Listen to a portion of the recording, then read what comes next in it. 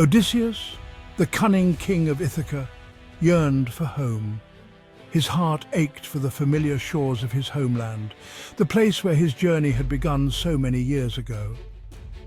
10 long years had passed since the Trojan War. The memories of the battles fought and the lives lost haunted him, a constant reminder of the cost of victory.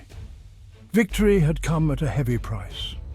The once mighty Greek army was now a shadow of its former self, with many of its bravest warriors lying in eternal rest. Many brave Greek heroes lay dead, their names were etched in stone, their deeds remembered in song, but their absence left a void that could never be filled. Those who survived faced perilous journeys home. The seas were unforgiving, and the path to Ithaca was fraught with danger. Odysseus's journey was the most perilous of all. His ship was tossed by violent storms, and he faced countless trials that tested his resolve and cunning. The gods, it seemed, had conspired against him. Each step of his journey was met with new obstacles, as if the heavens themselves sought to keep him from his home. Poseidon, god of the sea, was angered by Odysseus's actions. The sea god's wrath was relentless, and his power over the ocean made Odysseus's voyage a living nightmare. He cursed the hero to wander the vast ocean for years to come. The endless expanse of water became both his prison and his battleground. But Odysseus never gave up hope. His determination was unyielding, and he clung to the belief that he would one day return to Ithaca. He longed to see his beloved wife Penelope and their son Telemachus. The thought of their faces gave him strength, a beacon of light in the darkest of times. He clung to the belief that he would one day see the shores of Ithaca again. The vision of his homeland kept his spirit alive, driving him forward through every trial and tribulation. Odysseus's journey was fraught with danger. One such peril came in the form of the Sirens. These creatures lured sailors to their doom with their enchanting songs. The Sirens' voices were irresistible. No man who heard them could resist their call. Come to us, brave sailors. Let our song soothe your weary hearts. Knowing the danger, Odysseus had his men fill their ears with beeswax. He, however, yearned to hear the Sirens' song. Odysseus ordered his men to tie him to the ship's mast.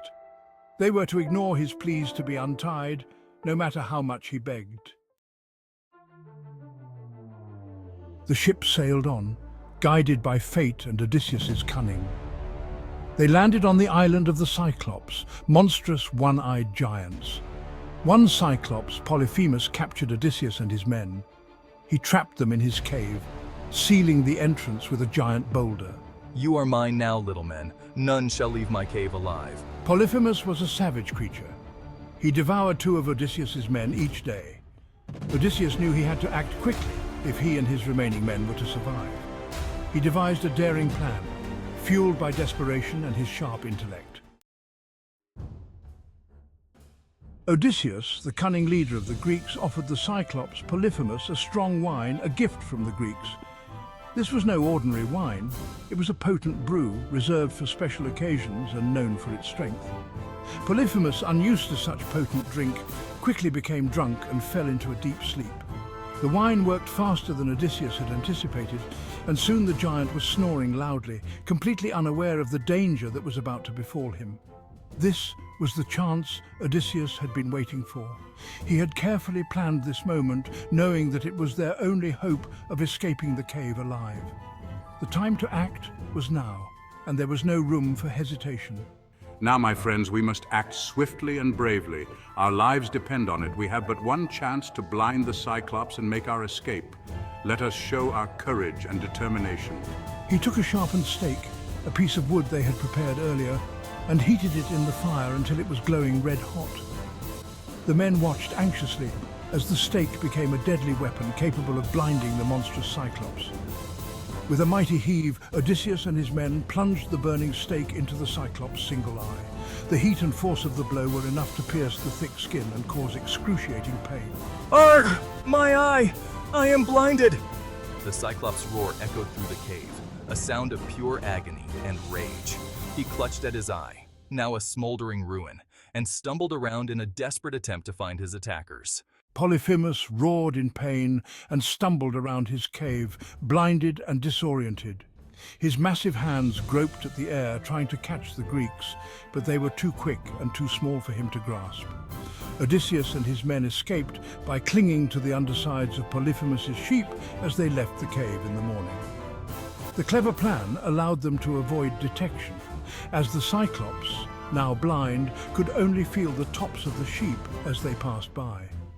The blinded Cyclops, unable to see them, let them slip through his grasp. He reached out blindly, his hands searching for the Greeks, but they were already on their way to freedom, having outwitted the monstrous giant with their cleverness and bravery. Their journey continued, and they soon landed on the island of Aea, home to the powerful sorceress Circe. The island was lush and mysterious, with an air of enchantment that seemed to hang over every tree and rock. The men, weary from their long voyage, were eager to explore and find sustenance. I am Circe, a beautiful but dangerous goddess, known for my ability to transform men into animals. My powers are vast, and my knowledge of potions and spells is unmatched. Many have sought my help, but few have left my island unchanged. She welcomed Odysseus's men with a feast, but her food was laced with a powerful magic.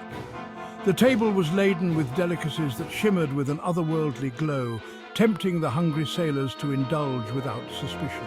Eat, my guests, and enjoy the bounty of my table. You have travelled far and deserve to be rewarded with the finest food and drink. Let your worries melt away as you partake in my hospitality.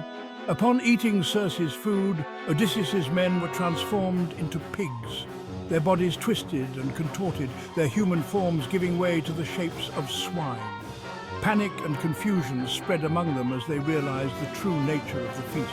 Now you shall be as pigs, under my spell. Your minds will remain, but your bodies will serve as a reminder of the folly of trusting a sorceress. You will roam my island, helpless and at my mercy.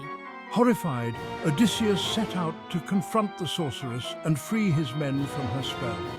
He knew that he would need more than just courage to face Circe's formidable powers. Determined to save his crew, he ventured deep into the forest, seeking guidance and aid. He was aided by the god Hermes, who gave him a magical herb called moly to protect him from Circe's magic. Hermes appeared in a flash of divine light, his winged sandals barely touching the ground as he handed Odysseus the precious herb. With this gift, Odysseus felt a surge of hope and strength, ready to face the Enchantress and break her spell. Odysseus confronted Circe, and though she tried to enchant him, the moly protected him. I'm impressed by your courage and cunning, Odysseus. I will restore your men to their human forms. She grew to admire Odysseus and offered him hospitality on her island. Stay here, Odysseus. You and your men are welcome on Aea. Odysseus, ever mindful of his ultimate goal, accepted her offer. He and his men stayed on Aea for a year, enjoying Circe's hospitality and learning from her wisdom. But Odysseus never forgot his yearning for home. Eventually he bid farewell to Circe and set sail once more for Ithaca. Odysseus's journey home was long and arduous. He faced many more trials and tribulations. We navigated treacherous waters, encountered mythical creatures, and faced the wrath of the gods. Through it all, Odysseus remained steadfast in his determination to return home. His intelligence and quick wit helped him overcome countless obstacles. His patience and perseverance saw him through the darkest of times. Finally, after 20 long years, Odysseus returned to Ithaca. He was disguised as a beggar, for he was a stranger in his own land. Throughout his epic journey, Odysseus displayed remarkable qualities. His intelligence allowed him to outwit giants and sorceresses. His patience had no bounds, evident in his endurance of years of hardship and separation from his loved ones. These qualities were not merely tools for survival. They were reflections of his character, his indomitable spirit.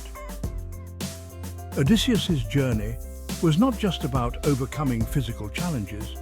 It was about the triumph of the human spirit over adversity.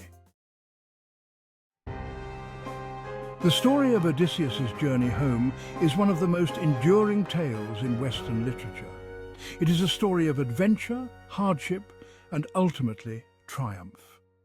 Odysseus's journey resonates with us because it speaks to the human condition.